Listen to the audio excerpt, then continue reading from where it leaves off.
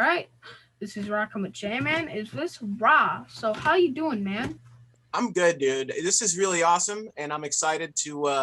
I've heard a lot about you, so I'm so stoked to talk to you. Yeah, it's stoked to talk to you too, man. You're a big metal guy, so I love metal. I am kind of a rock head a little bit more, but I am a metalhead myself. Yeah, I don't know if I call myself so much of a metal guy because I think I sing a little too many pretty pop melodies. But I think but the world of metal has embraced us, so I'm happy with that. Yeah. So yeah. Well, how have you been holding up during these crazy times, man? How you been holding up?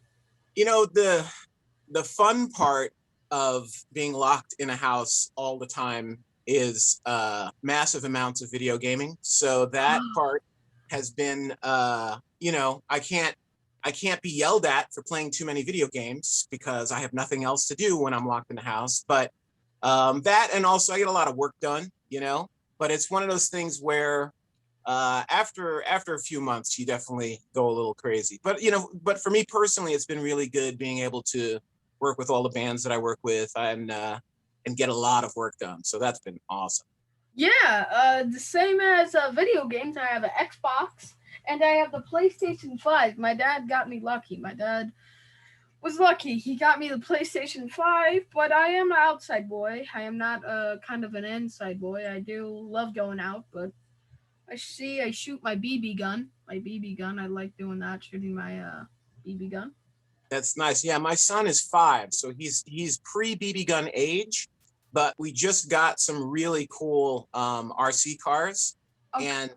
and we got them from Amazon, and they made a mistake and sent us something wrong. So instead of sending us, having to like replace it or something, they just sent us another one. So now we have two awesome, really fast, high end RC cars, and he's gotten really good at driving them. I'm sort of bummed out that we didn't schedule us to where he could have been here and did the interview with me because he would have loved talking to you.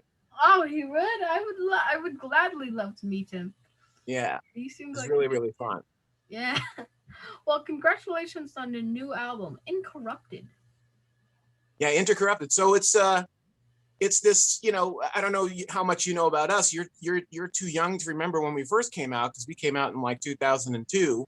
But we had a 7-year hiatus before putting out this new record. We haven't made a record in 7 years, but we've been really, really stoked about how the new record has been received, and people seem really happy. So all things are good.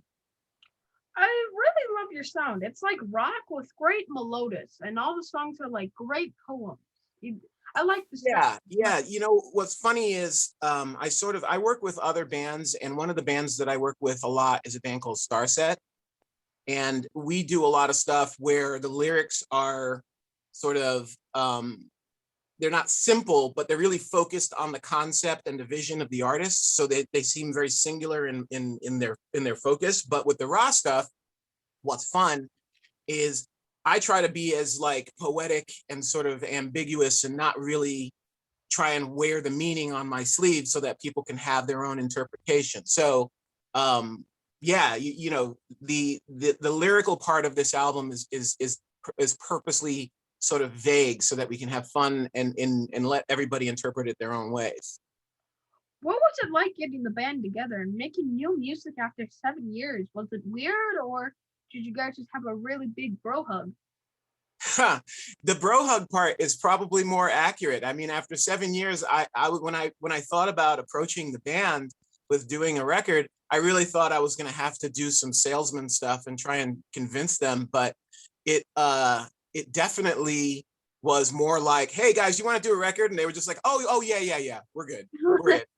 And I was like, "Oh, all right, then let's do one." Was it this was your logic? Well, all right. Well, I gotta go get some sales. Then, oh, we can do that right away. Are you sure? I can make some new singles myself, and maybe I can convince you. No, after 7 years, we'll still do it. Nope. Yeah, I mean, it's pretty much that. I mean, it really wasn't a lot of like. I was prepared I had a whole speech prepared, and I was like, "So I'm thinking of doing a new record," and they were like, "Yep." That's funny. It's really funny. did you guys just go and like do it old times, or did you have an evolved as musicians since the last time you worked together and getting and working back to your grooves? Was it did they just go right back into the old style, or Well, I work, like I said before, I work with a lot of bands. So part of the last 7 or 8 years, or almost 10 years, has been sort of learning new tricks.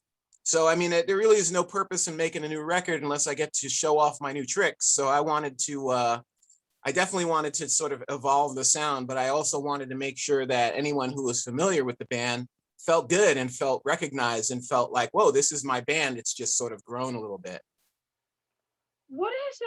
what was it different making music during the lockdown by any chance? Was it different?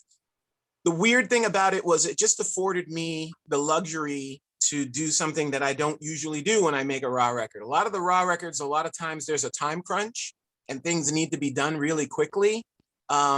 With this one, I was able to plan, and in the planning, I was able to sort of like make a list of stuff that I wanted, and check off the boxes. Like, oh, I want a song like Sky. Okay, there's a check bar. I want a song like Rectifier. Check it off. I want a song like, and I wanted to make sure that that all the songs sort of had a distant cousin in our past albums.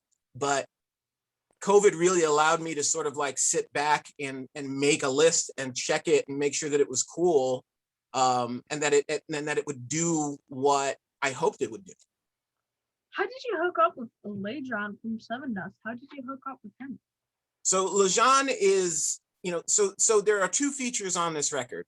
The first feature is, in terms of the order of the album, the first feature is with Dustin, the singer from Starset, and then the other feature is with Ladron, obviously the singer for Seven Dust. And the reason why I felt good about these features is because there's so much Seven Dust in Ra. Like, Ra is directly influenced by Seven Dust, and I felt really good. He's sort of like where we come from to a degree. And then having Dustin from Starset, a band that I've written a bunch of songs with, is sort of like there's a band that came from Ra to a certain extent. Like, there's an aspect of Starset that is, related to what we did. So it felt really cool sort of having someone on the album that we could consider an influence, and then someone that we influenced. So having LJ on the record is great. I mean, we're sort of like best friends now, and we talk all the time, and I'm doing his solo record.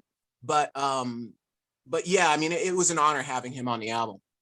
You also did a track with Dustin Bates of Starset. How did you choose him? How did you choose him? So Dustin and I met in 2010 when he still had a band called Downplay, and he was signed to Epic Records. We met in Los Angeles, and we were working on songs, and we sort of came together, and he started talking about what he wanted to do in the future. And I remember specifically saying at one time, I was like, man, you need to do a rock record, but with Batman strings, with like the full-on Dark Knight strings on it. And as much as he already sort of was on that path, we ended, I think that I was helpful in sort of catalyzing that. And then he came back, and we ended up writing songs for his second Starset record, which is called Vessels, on which I have 4 songs. And then he did Divisions, on which I have 2 songs, including Manifest. And then he's working on his next one right now, and we have a bunch of songs. Enough, which is the Raw song, was actually originally written for Starset. So we got to a point where it didn't look like it was going to be on his record, and I was like, you know what, I'm going to take this back, and I'm going to use it as a Raw song. And then I basically tricked him into doing the feature on the album. I said, well, you have to now. So he just did it.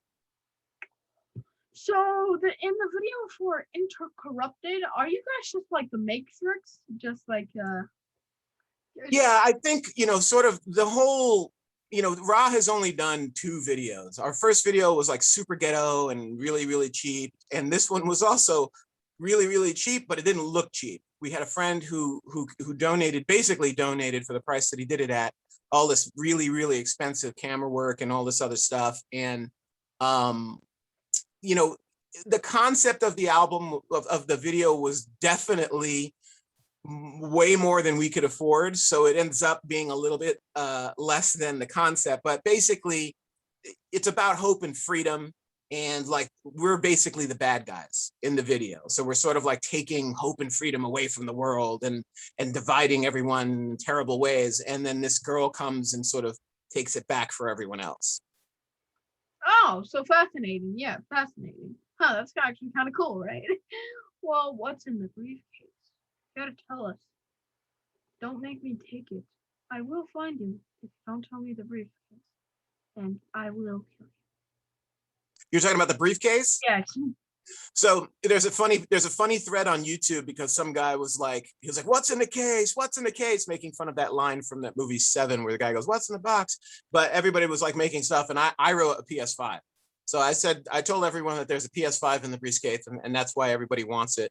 But no, I mean, in the video, if I'm being serious, the video is, hope and freedom is sort of in the case. And like I said, we didn't really have the money to do like a high CGI like budget thing, but we tried to make the symbolism work. Yeah, that had to work. I bet kids right to your channel. You got to be a friend, man. Could you get me in, please? I'll do this gaming tournament if you give me the PS5, man. Come on, I know you can. Come on, do the giveaway. I'm sorry, I'm just giving you a hard time, man. I'm sorry. No, it's all good. I can't believe you have a PS5 and I don't. That's way more upsetting. Yeah. Now I feel better. There you go. At the end, I thought you could take her. You would be a wrestler. You could be a wrestler if you wanted to. Yeah. It's funny. One of my big regrets in that video is I only have her. She only hits me twice, but at the end when she hits me the one time, I was mad that I didn't get her hitting me like 8 times because that would have been full like Marvel, where she just like clocks me and it clocks me and it clocks me and it clocks me and then finally I fall down. That would have been cooler, I think. But yeah, it was a little weird filming the scene where I hit her because I wasn't really hitting her, obviously, but it still felt like, oh my God, I'm hitting a girl in a movie. It's not so cool.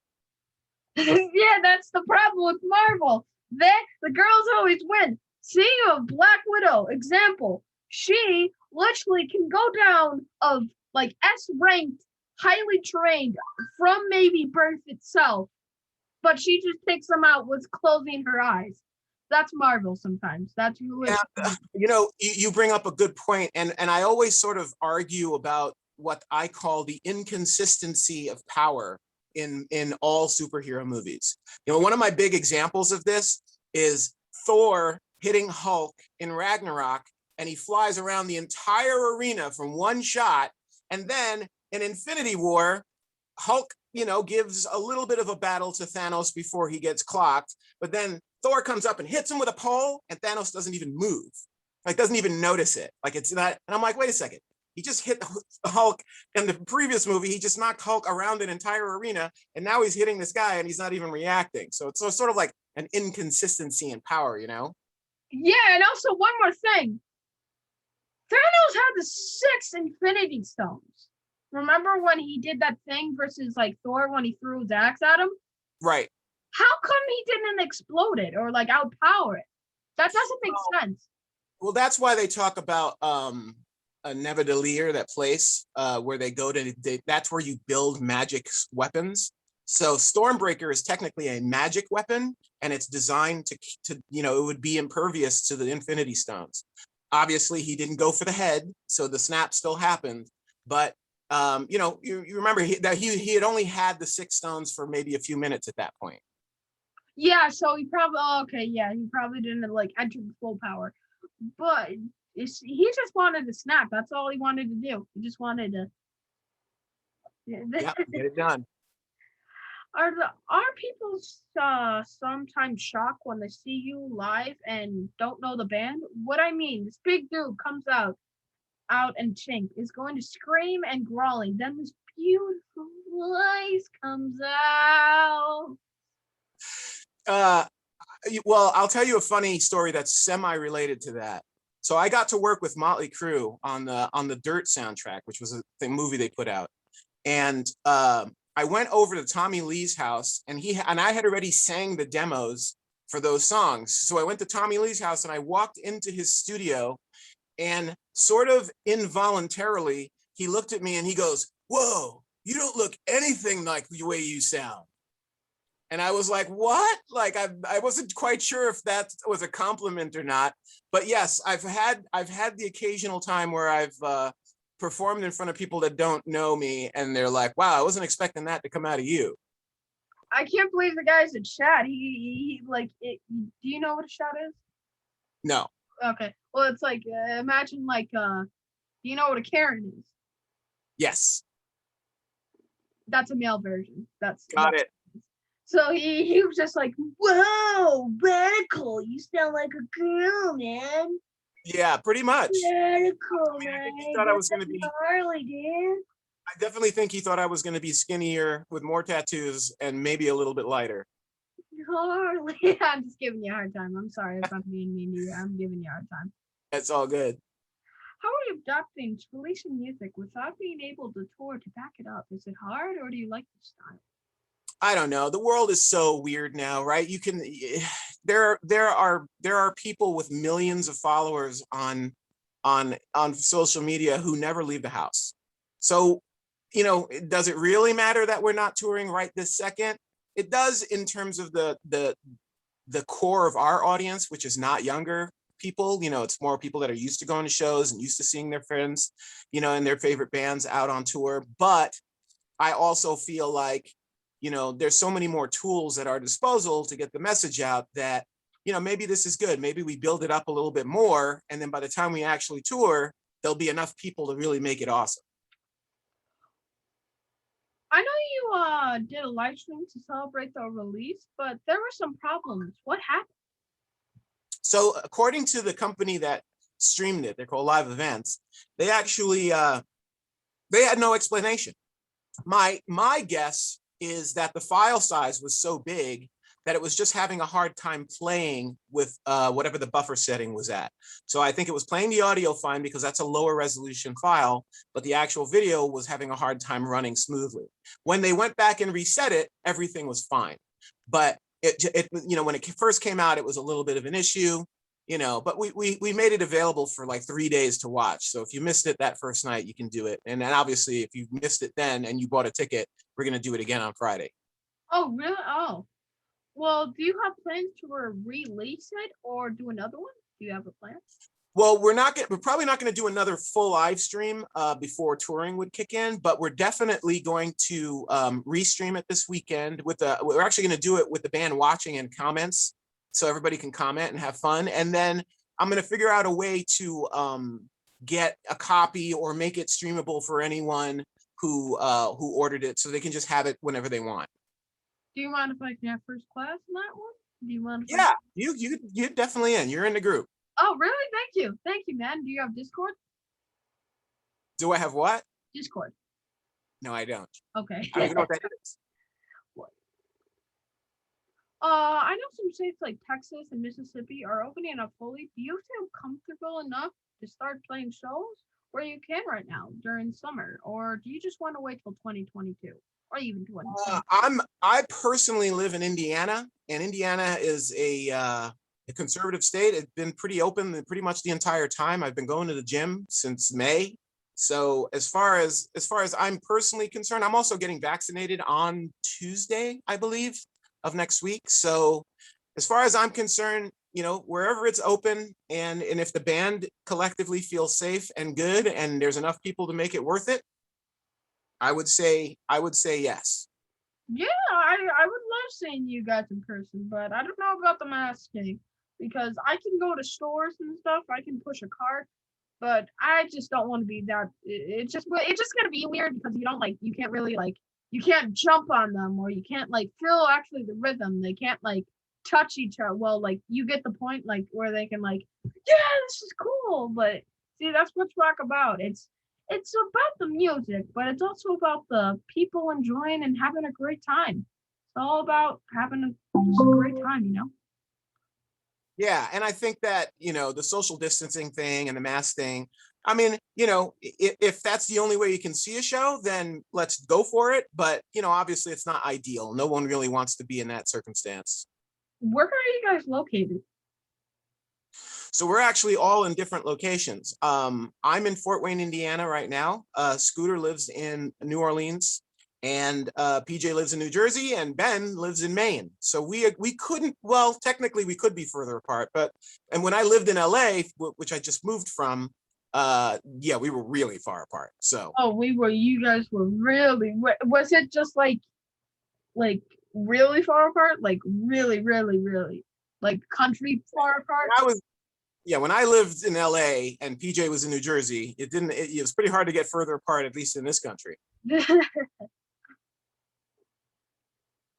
everything back open at your place, or do you just have to wait a little bit more months? So this is Indiana, and Indiana, as I said before, is a conservative state. So things have been pretty open. The governor, I thought, has done a pretty good job, because you have to remember a lot of the issues with coronavirus have to do with population levels. And, you know, I live in a city with 280,000 people, but I left a city with 24 million people. So, you know, it's not unreasonable to think that a place with 24 million people would have stricter restrictions than a place with 280,000. So, you know, we're lucky that we're here and that we're able to do pretty much anything we want. But that said, almost everyone we know has gotten the virus. Oh, whoa. You can kind of say that's a little bit of a karma. Exactly. You're not wrong. Karma, man, really gets you in there, but they kind of had it coming. They kind of. Well, do you think touring will ever get back to normal, or do you think it's changed forever, man? I think with the vaccine rolling out and stuff like that, I mean, you know, we're lucky until we're going to be fine until some other pandemic comes. And, you know, if there is another one, hopefully we'll be better prepared, and it won't really be as big of a blip on the map. But, you know, I think touring has to return to normal, because no one's going to want to go to a show if you can't interact. So it has to go back.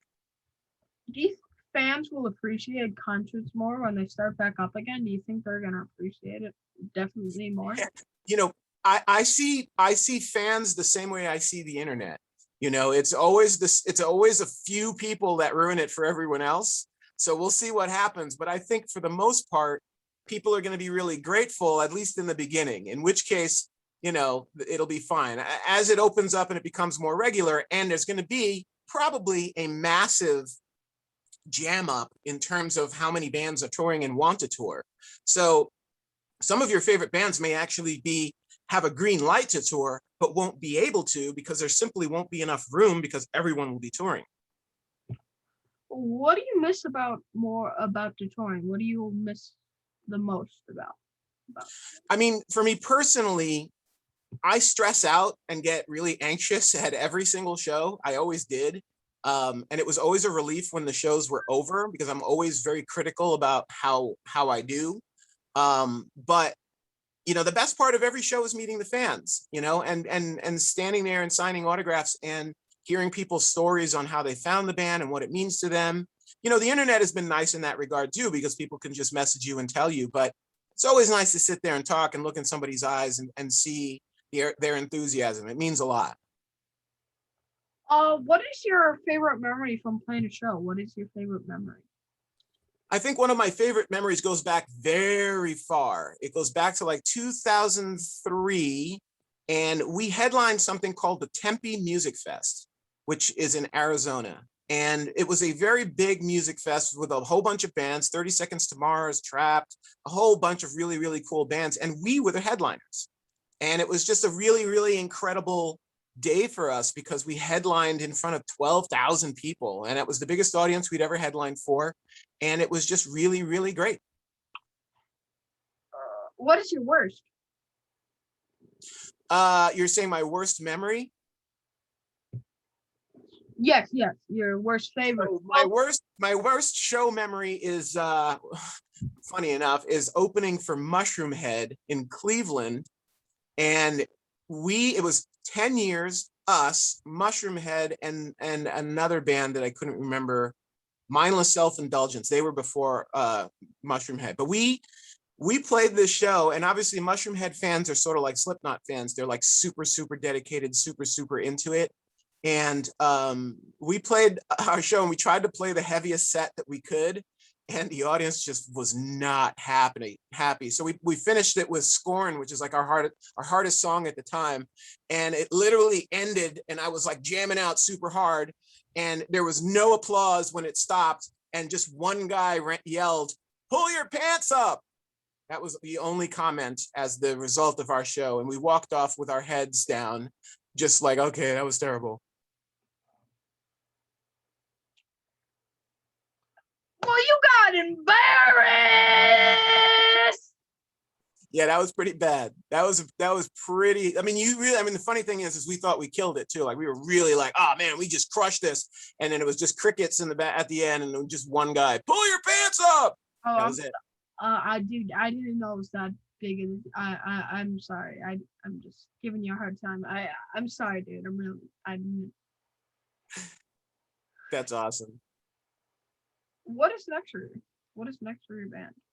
Well, we got to promote this record. We got to figure out, we have another single that's probably going to come. We haven't really discussed it or announced it yet, but there's another single that's going to come. We're going to do some more videos, and then hopefully that will lead into some shows where we can actually get on. And we're in the Midwest, so maybe what we'll probably start with is just a small, sort of easy headlining thing where we play, a week's worth of dates in this area, and then hopefully when things open up and get a little bit more crazy, we'll get on the road with, maybe, fingers crossed, Seven Dust Alter Bridge, or fingers crossed, a couple of weeks with Star Sets at somewhere. I don't know. It's just a matter of timing and whether or not, there's going to be a lot of volume of people trying to tour. How do my followers start following you? How do my followers start following you? Well, our Instagram is @officialrawband. And our Facebook is Official Raw. Our YouTube is Official Raw, and our website is rawband.net. So we have all of that stuff. You can find. You can get all of it from rawband.net. If you go there, it's all linked right on the front page.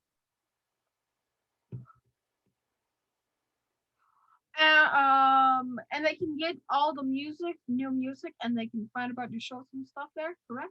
Everything, yeah. So we have everything. I mean, we made the information hub is definitely the website. So rawband.net, that allows you to, you can scroll literally an inch down on the page and hit up Spotify, everything. I see you have crazy merch on your site. Yeah, we're starting to expand our merch thing. So there's going to be some really cool stuff for girls. We don't even have any stuff for girls right now. We're going to have some stuff for girls. We're going to have some jewelry. It's going to be really fun. Jewelry?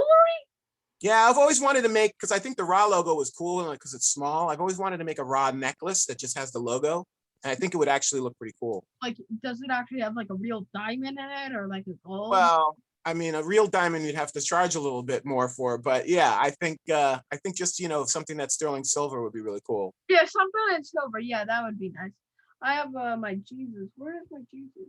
I forgot where my necklace was, but I'm just talking about my necklace. Sorry. So I do unboxings. I do unboxings. So if you want to hook a brother up, I can show the cool swag on my show, dude. If you want to, yeah, we'll send you a package. We'll send you some stuff. I was talking about my son before. I actually had some like hoodies made for him and his size, just his size, because he's only 5. But yeah, we'll send you some stuff for sure. Oh, I would. Could you tell your kid I said hi, and I hope he has a wonderful day? Yeah, I'm gonna make sure he watches this too when you put it up. Oh, okay. Thank you, man. Thank you. Because I love inspiring. I actually did inspire Green Jello's kid. Green Jello's nice. Yeah, that's really cool. I mean, my son, just the other day, we did a video and he was like pointing at the camera saying, "All right, folks, this is what we're gonna do." And he was like doing his thing. And I was like, "Oh, maybe I got to give this kid a YouTube channel. Who knows?" Yeah, I might sponsor him or something, or might like give him a shout out. I would love to. That'd be awesome. Well, thank you for being on my show, man. I hope the next time we talk is at the backstage at one of your shows, dude. Peace. Yeah, dude. This is awesome, dude. You're a great guy. And I was very, very excited to do this interview. I really appreciate you giving me the time. Thank you so much. You're welcome, man. Hope you have a great day, man. You too. Thanks. Peace.